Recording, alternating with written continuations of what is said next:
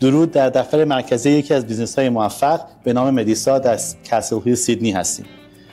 آقای محسن حیدری خیلی ممنون که ما رو دعوت کردین، در خدمت شما هستیم. با سلام و احترام، ممنون از دعوت ایرانیان فوتبال اسوسییشن استرالیا.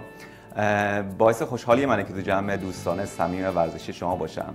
همیشه بودن تو برنامه‌های ورزشی که به سلامت جامعه کمک میکنه و سبک زندگی سالم رو ترویج میده خوشحال کننده است. بسیار عالی. همونطور که میدانید این روزه ورزش فرصتی است برای همه خانواده‌ها و جوانان در کنار هم باشند. میخواستم از شما بپرسم حضور در چنین برنامه‌هایی را چطور ارزیابی میکنید؟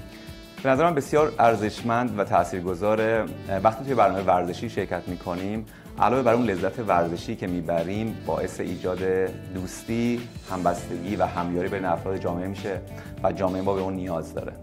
برای کسانی که شرکت کننده و خانواده‌ای که دارن میان واسه این تورنمنت، میخوام بدونم نظرت چیه؟ چه پیام میتونی بهشون بدی؟ از این فرصت استفاده کنیم، کنار هم جمع بشیم تا به تقویت و سلامت خودمون کمک کنیم و همینجور انرژی مثبت به اطرافیانمون بدیم.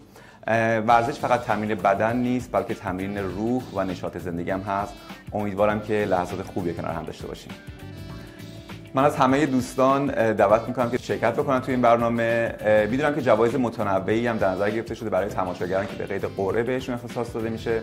امیدوارم که این باعث ایجاد شور و انگیزه بشه و افراد بیشتری بتونن شرکت بکنن. همونطور که میدونید سال گذشته مسابقات بین خانم‌ها برگزار شد، امسال هم مسابقات برگزار میشه. امیدوارم که پرشورتر از سال قبل باشه.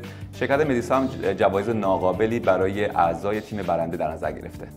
از شما سپاسگزارم آقای حیدری بابت حضور و صحبت‌های دلگرم کنندتون و امیدوارم که شما رو در تورنمنت در سیدنی ببینم.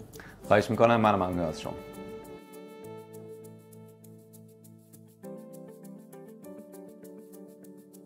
Iranian Football Association Australia is thrilled to welcome you all wonderful people to Unity Tournament on November 16.